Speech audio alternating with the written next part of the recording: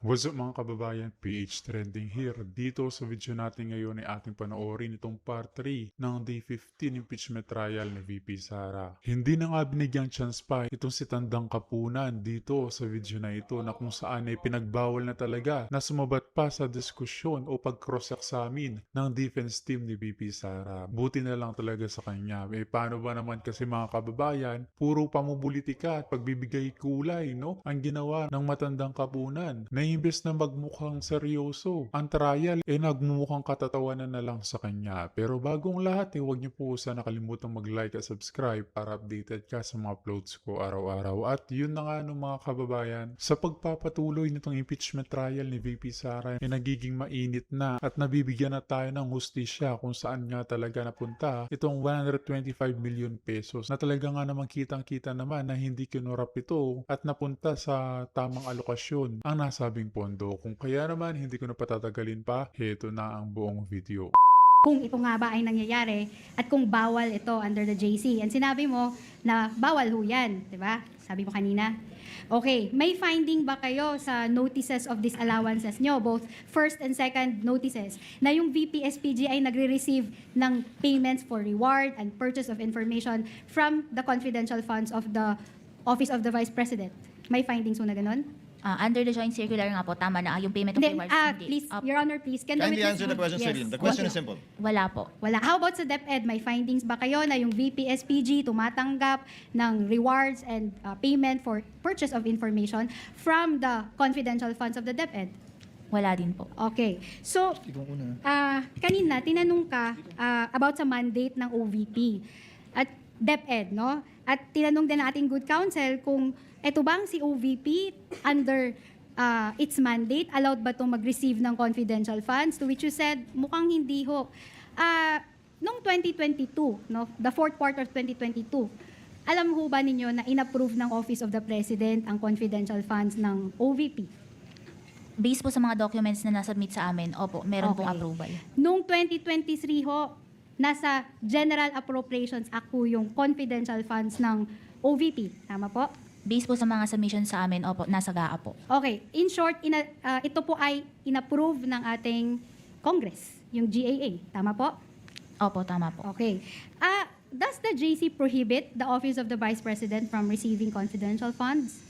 Nakalagay po sa JC yung mga agencies na Just answer my question. Direct, simple lang naman ho, may prohibition ho ba sa JC on the Office of the Vice President receiving confidential funds?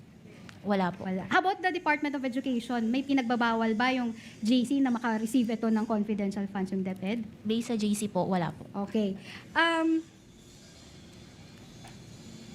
Okay. So, tinanong ko kayo kanina about the OVP, no, or the SDO, no, in that regard, disbursing monies in one day in several places. No, sinabi ko isang araw, madaming mga pinaggastusan, no, isang date lang 'yon, iba-ibang lugar. May findings ba nito sa first ending ninyo? Wala po kasi we presume regularity po doon sa transaction po. Okay, thank you. How about sa second ND po ninyo? May findings ba nito? Dahil nga po nag-base kami sa certification under oath ng SDO, wala po. Okay, so Okay. okay, Your Honor, I'm done, Your Honor. Thank you, Counsel. We now move. Hopefully, we can finish with Silene today. Silene, with your patience and indulgence. Senator Padilla, is he here? Not here. Senator Ontiveros, then, for her interjections.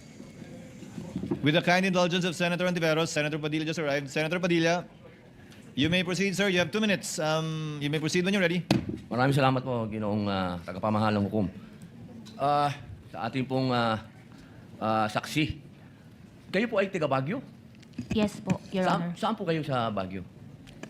Irisan po. Irisan, opo. Ako po ay taga Baguio din. Saan po kayo nag-graduate? Sa St. Louis University po. Ay, alumnus po ako niyan. Sa Boys High po ako. Dahil po dyan, hindi ko na lang po kayo pahihirapan. Tayo na lang po maging magkababayan na lang sa Baguio. Gusto ko lamang pong magbigay ng impormasyon na lang sa inyo. Opo, kasi naririnig ko yung pag-uusap nyo ng prosecution at ng defense tungkol doon sa success ng confidential fund.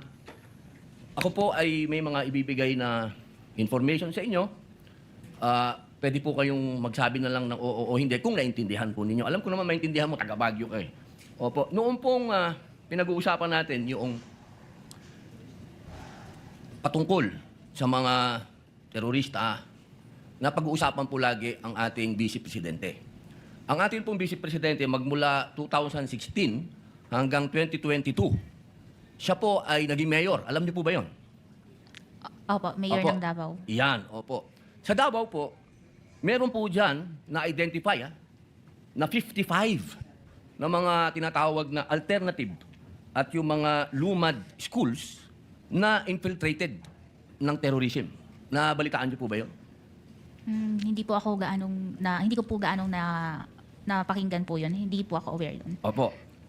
At alam niyo po ba rin na noong 2016 hanggang 2022 hanggang 2023, 12% po ng mga NPA rebels, surrenderies, were minors, 12 to 17 years old. Hindi po ako aware dun po. Maubos na po yung aking second round na lang po ako. Salamat, kabayan. Thank you, Senator Padilla. Senator Ontiveros is recognized for her interjections. You have 2 minutes, ma'am. You may proceed when you're ready.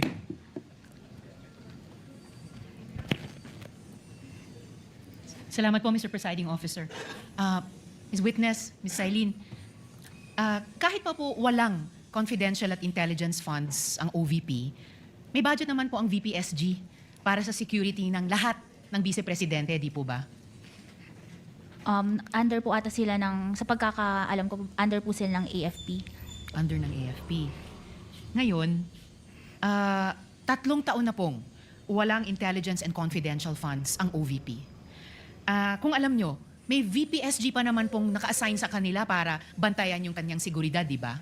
Sa pagkakaalam ko po, yun nga, nabanggit po kanina ni Presiding Officer, napunta siya sa PSC, Presidential Security Command po. Okay. Ngayon, yung mga activities na nandoon sa mga Protective Intelligence Operations Reports na pinakita kanina, may binigay bang mga ebidensya ang OVP para patunayan na ginastusan nga po nila ang bawat isa nun? Wala po kasi in-attach lang po nila yon as proof of success of information gathering and surveillance activities. Okay.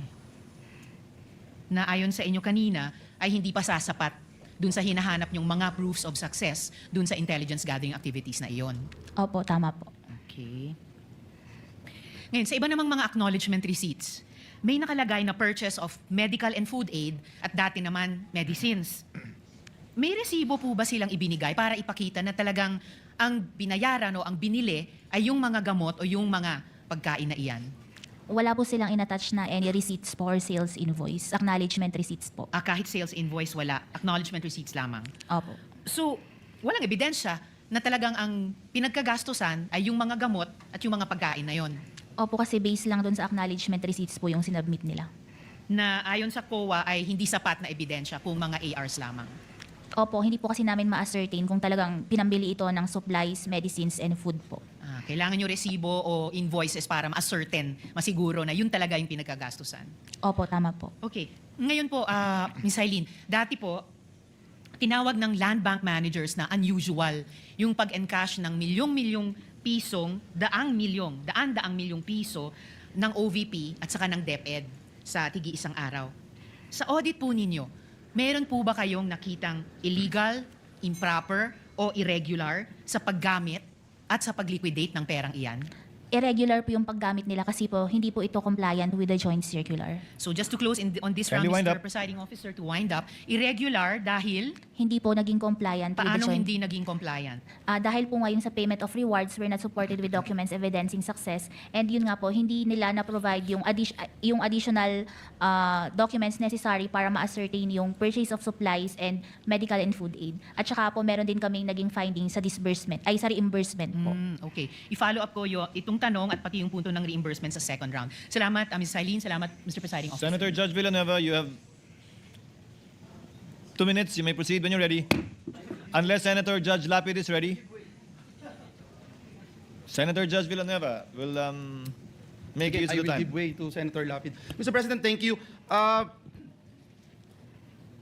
Ms. Del Campo, sabi niyo po yung COA conducted compliance audit at sa evaluation niyo ng OVP's confidential expenses, which matters po, no? Did COA treat as questions of compliance with the joint circular?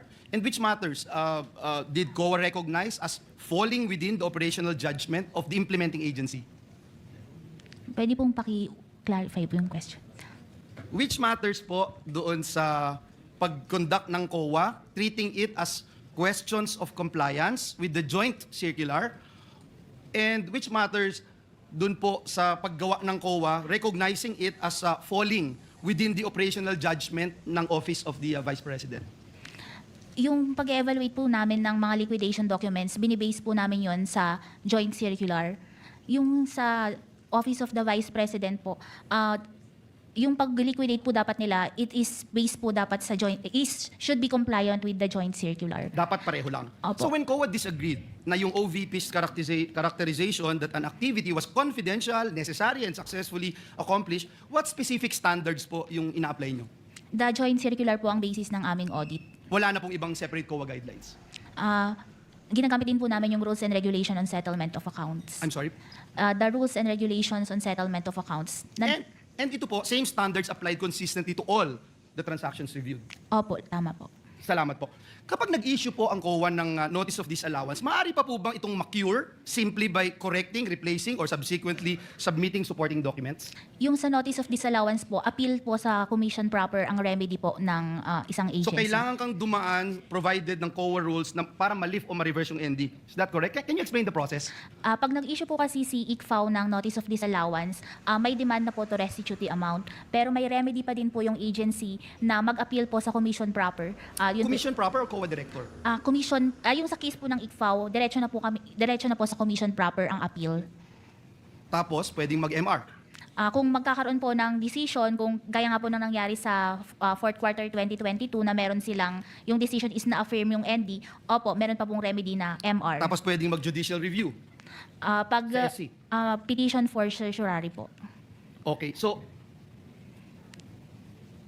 yung pong pag-correct o pag-submit ng additional document ay hindi by itself equivalent sa legal lifting o reversal ng ND. Depende po yan sa evaluation na po ng Kailangan sa commission aksyonan ng proper COA. Opo. Malinaw po yan. Last na po. Para malinaw po sa atin lahat, no? Kung ang isang agency ay nag-classify ng isang activity as confidential, bound po ba ang COA sa classification na ito o bilang constitutional audit body, hindi po? Yung sa confidentiality po, pag naipasa naman po sa amin, iniingatan din po namin yung mga documents na nasasubmit sa amin. And what we do po is yung kung tama ba yung paggamit ng confidential fund na ibinigay po sa isang ahensya. Ulitin ko po yung tanong. Hindi kayo bound. Hindi kayo bound na ang isang ahensya dineclare confidential funds ito. Hindi kayo bound dahil as a constitutional body, meron po kayong independent evaluation as Commission on Audit para yung malaman kung isang ang activity at expenditure ay talagang confidential in nature at pasok ito sa definition at allowable uses under the joint circular. Yes po, kasi itong confidential fund is pondo po ng bayan na kailangan ma-audit at magkaroon ng proper, maging, anong tawag dito, ma-check kung ito ay nagamit ba sa tama po. Again, hindi kayo bound. Pag dineclare ng isang ahensya, ito confidential funds, hindi kayo bound. Hindi po, kasi nga kailangan i-liquidate pa din po properly. Tama po yun, no? And I support that. Sa Constitution, Article 9D, Section 2, 1 and 2, COA has the power and duty to examine, audit, and settle accounts involving government funds and the exclusive authority. I hope yung may exclusive authority to define the scope of your audit. Is that correct? Opo, tama po. So, ibig sabihin, ang polisiya po ninyo, hindi po sapat na tawaging confidential ng isang ahensya, ang isang activity, subject pa rin po ito sa independent audit determination ng Commission on Audit. Is that correct? Yes po, tama po. Dahil nga po ito ay pondo ng bayan at kailangan po na ma-audit ito ng At nung ginawa po nyo ito, ilang beses po silang nabigyan ng pagkakataon para sumagot? Yung sa fourth quarter 22, dumaan po ito ng AOM, naging NS, naging ND. Yung sa 2023 naman po, AOM, tapos naging ND dahil nga po may direct violation of the joint circular. Salamat po sa pagklaro ng proseso. Salamat. You may proceed with your interjection when you're ready. Ngayon, nakikita niyo ba ho yung statement na yan dun sa ND? Nandun pa ho ba yan or tinanggal ho yan? Yung wala na po ito sa ND. Wala na ho yan sa ND. Okay. So, flash natin ulit yung ND para makita ho ng mga tao. No? So, Yan. Okay. So, tinanggal nyo na, no? Let's go to the second ND. Okay, ito na yung first to third quarter ng 2023. Okay, pakibigay ho ng kopya yung ating witness. Okay, paki-flash ho ng second ND. Okay. The date is March 31, 2026. Okay? So, yung second ND naman ho yun ay nag-disallow ng 375 million na confidential expenses ng Office of the Vice President. Opo, tama. Okay. Punta ho tayo dun sa item number 1, no? Payment of rewards. Totaling 62 million. Okay? So, kita nyo ho, 62 million. Opo. Okay, according to ICFAO, sabi nyo ho, the documents evidencing success of the surveillance activities submitted by the OVP did not comply with item 4.8.5b of the joint circular because the documents were not able to specify the particular accomplishments demonstrating success of the information gathering. Nakita nyo ho yun? Opo. Okay. So, tanong ho, no? Does the JC describe a particular format for this type of documents? May proforma ho ba kung paano ho isusulat yung accomplishments demonstrating success of the information gathering? Ang nakalagay lang po dun sa joint circular is Hindi, ang tanong ko ay may template po ba yung JC? wala po. Wala po. Okay. In fact, hindi ho siya part ng annexes po ng JC. Ano po? Wala pong template na ganun. Kung paano ho namin isusulat kung ano po yung mga success of information gathering na yon, yung mga detalye na yon. Wala hong ganun. Your Honor, please ask and answer already. Okay. Move on, counsel. Yes po. So, sa JC, may nakikita ho ba kayong example? Paano isulat yun? Aside sa wala ho siya sa annexes, sinabi niyo ho kanina, may nilagay ho ba si JC doon na example na ganito dapat yung pagkasulat ninyo ng certification evidencing success of the information gathering? Ganito dapat yung pagkasulat. May ganun ho ba sa JC? Ang nakalagay lang po is documents evidencing success. Okay. Okay. Sige, I'll take that answer. So, in disallowing the OVP's documents evidencing success of its surveillance activities, of course, you merely relied on your personal opinion or probably your professional opinion, no? Kung ano sa tingin nyo ang compliant with item 4.8.5 of the JC, tama po? Binase ko po ang evaluation ko based on the joint circular and Yes, and ikaw yung nag-audit. So basically, yun po ang inyong professional judgment. Ano ho? And ito pong pag-audit kasi na to, dumadaan din po to sa review. So nare-review din po ito ng aking division chief hanggang makarating po sa head of ICFAO. Yes. In short, lahat kayo ng auditors based din sa sa judgment ninyo, sa opinion ninyo na itong document na ito ay hindi naayon sa circular. Ask and answer, 4.8.5. Your Honor. Not yet, Your Honor, because he said there were reviews that were undertaken. So, lahat kayo, kakasali yung mga superiors mo, no? Ito yung opinion ninyo, no? Na ito ay hindi naayon sa circular 4.8.5. Your Honor, please. I object. Again, counsel uses the word opinion, whereas this witness says professional judgment, Your Honor. They're two different things. Opinion is not professional judgment. No, Your Honor. Besides, counsels, please. Besides, witness already answered that that is not only her personal judgment and or opinion, but also that of her superiors who reviewed Yes, Your Honor. her findings, resulting in the notice of disallowance. You did not sign the notice of disallowance, correct, Celine? Hindi po, pero meron po sa office namin yung second original copy, may countersign po kami. Pero ang ini-issue namin sa agency is yung may signed lang po ng aming... So pataas, presumably, pag pinirmahan yan ultimately at iniso, nag-agree sila sa findings mo at yun din ang pananaw nila. Opo. You may proceed, counsel. Okay. So, sinasabi nyo na yun po yung pananaw po ng inyong mga superiors at ng sarili mo din, no? Meron ho bang guidelines yung COA na nagsasabi na ganito dapat yung assessment ninyo pagdating ho dyan sa submission ng documents evidencing success of information gathering? May mga clarificatory issuances ba yung COA niyan? We base po our audit sa joint circular. Joint circular lang talaga. Okay. So, okay. Punta ho tayo dun sa item number 2, Ms. Celine. Okay, item number 2, okay. The ND provides, no? Number 2, purchases of supplies and provisions of medical/food aid totaling 199 million presented in table 2 were supported only by acknowledgement receipts. Okay, nakikita niyo ho ba yan? Opo. So, eto hong table 2 na to nakalagay, ang total ho niya, purchase of supplies, 117 million, provisions of medical and food aid, 82 million. Yung total ho niya, 199 million. Tama ho? Opo, tama. And dinisallow niyo siya because acknowledgement receipts lang yung supporting documents. Dahil nga po, we cannot, apo. Yun lang, ano nyo muna yung tanong ko po, no? Doon lang ho muna kayo sa sumagot, no? So, acknowledgement receipts lang, so disallowed, tama ko?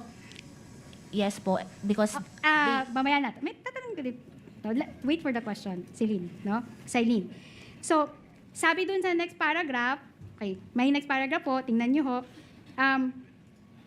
Although the joint circular, nakita nyo ho yan, opo.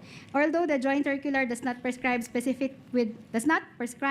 specificity to the documentary evidence of payments to be submitted to substantiate the disbursements made from the CF, this office, pursuant to item 6.2.3.7 of the joint circular, may require other supporting documents that we deem necessary for the proper evaluation of liquidation documents submitted. Nakita niyo po yan? Opo. Okay.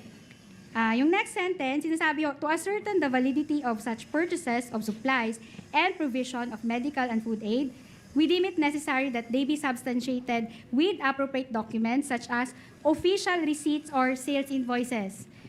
Sinabi po yan? Opo. Okay, so in short, mas gugustuhin nyo na meron talagang official receipts and invoices na nakalakip doon sa submission ng OVP. To ascertain po To na ascertain. talagang naibili ito ng supplies and medical and food aid. Okay, sige, thank you.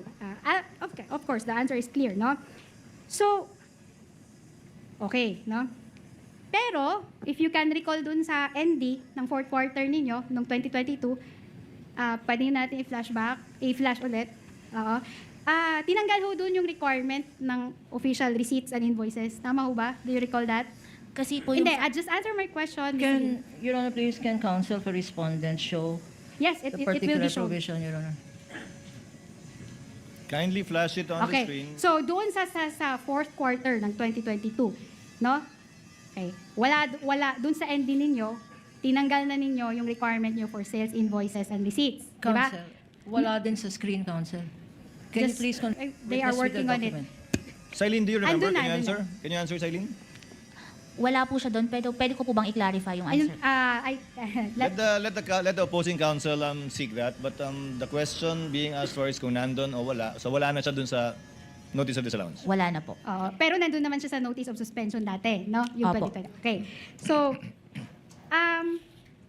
okay.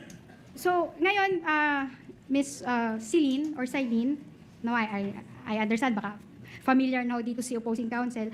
Alam niyo ba yung COA Circular number 92-385? Opo, ayun po ba yung pinakita kay... Yun po ba yung... Sige, pwede papakita pong ko namin sa inyo. Sige, oh. Kindly show the witness. Okay, hello. Your Honor, please, Eto, na.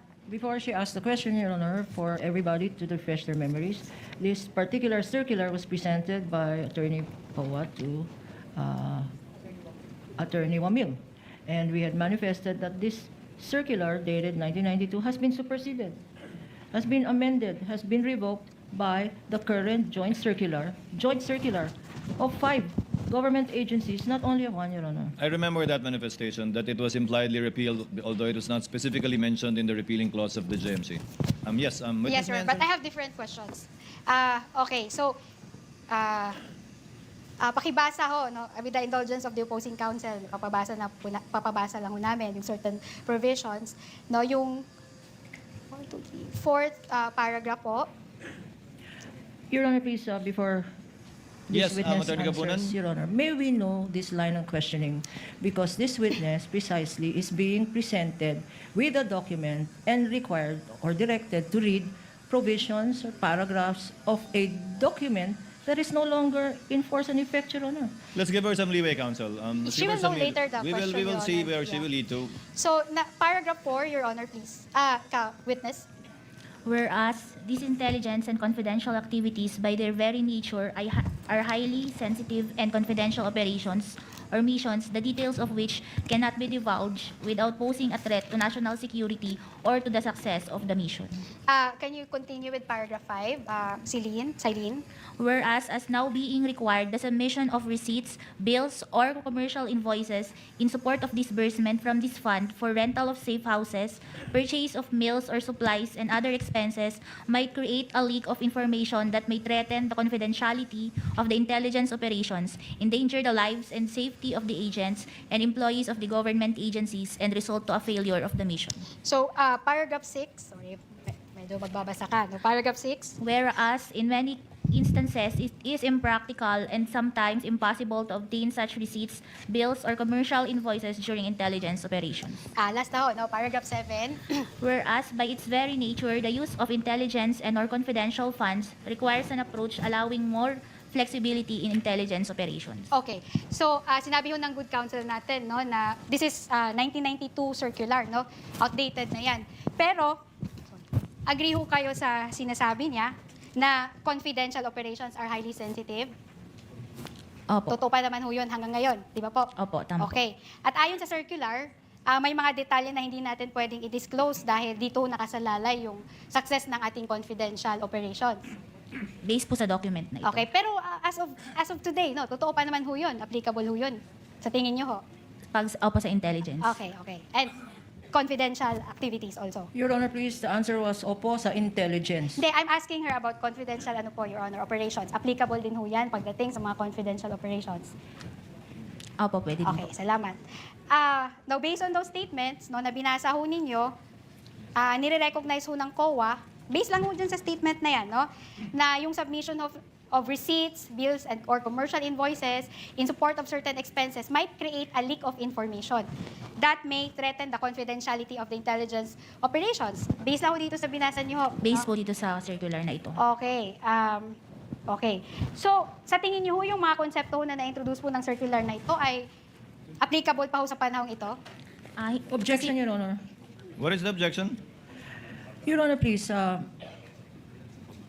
this counsel is trying to elicit from this witness an opinion that indirectly runs counter to the express provision in the joint circular of 2015, Your Honor, that all of this, everything she has said, all the paragraphs that she has read, precisely, Your Honor, if I can, Your I Honor. will state this later, Your Honor, but precisely, Your Honor, the joint circular, if we are to read the rationale for the joint circular, was precisely in recognition of the fact that this circular and several other circulars of intelligence and confidential government agencies are inaccurate and inconsistent with each other. Thus, the rationale of joint circular 2015 was precisely to make it one whole joint circular of 5 Your Honor, agencies on intelligence and confidential funds. I She is understand the now point of saying, Your Attorney Honor, Kapunan. However, the question is quite simple for the witness. Although this may have indeed been impliedly repealed, again, impliedly repealed by the Joint Memorandum Circular,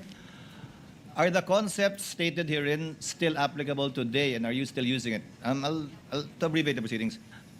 Ms. Eileen, yung kawalan ba ng resibo na sinasabing okay lang sa circular na to, okay pa rin ba hanggang ngayon sa Joint Memorandum Circular o hindi na? Under po kasi sa Joint Memorandum Circular, under 6.2.3.7, we can request po other documents necessary for the proper evaluation po nung under 6.2.7 po. I Other agree. documents necessary in the audit po. You can request for other documents, but the Joint Circular does not say that you should demand and ask for receipts. Opo. Wala din yun. Your Honor, Yes, can, Attorney just a Christine? quick manifestation, Your Honor. You may proceed, Attorney Christine. Your Honor, can the counsel for the prosecutors be reminded not to make an argument, not to argue for the witness, Your Honor, because she's citing circulars, she's citing laws, which is not allowed during cross-examination, and that is indirectly teaching her witness how to answer my question. So, please, Your Honor, can the court direct the counsel not to make these arguments in court, because these are not allowed under the rules of court, Your Honor. This is not a place where this is not the time where we are supposed to expound or to state our oral arguments in this case. So, Your please, Honor, Your please. Honor. If I may. This is part of the seeming generational divide tension that the court is trying to avoid. So let's leave it at that, counsel. Yes, Your Honor. I was just going to say that I will accept. Let's leave it I at that. accept what she said, Your Honor. Thank you, I will thank you. refrain from lecturing her, Your Honor. No, Counsel, please. that's all out of order, Your Counsel, Honor. please. Kindly proceed, Attorney Christine. Okay, thank you, Your Honor. Okay. See, I will go back to the podium.